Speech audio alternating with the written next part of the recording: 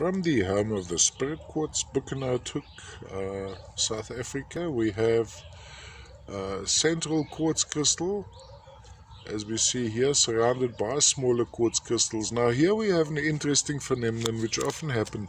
You'd have a central quartz crystal, but instead of having a prominent point, it only has a whole lot of small points.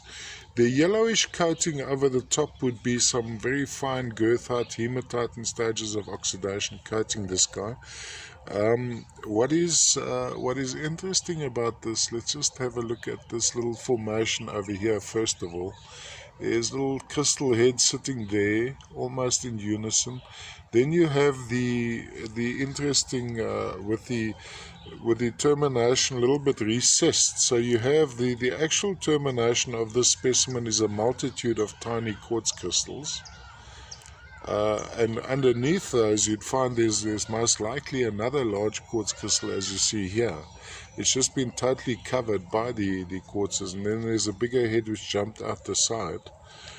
Specimen is almost half a hand size. This is from the older material. This came out here in the late 1990s.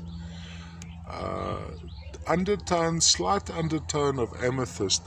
If I'm not mistaken, this is the material which would have some pyrite inclusions. I'd have to look under magnification. So if I should mention pyrite in my description, it would be included in the quartzes.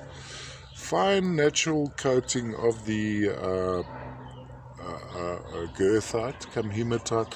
Now there's an underlying yellowishness, so I would be quite comfortable to say that this is perhaps ametrine, a very light amethyst though, being the amethyst part of the ametrine. Look at that. Accurate color indication. Let's try again. This is a little bit underexposed. Let's see if we can get better exposure over here. It's a little bit better, but it's a tiny bit brighter than this. But there you can see the underlying form. Have a look at the reflections as I move it around. All from the home of the Spirit Quartz, Hoek, South Africa.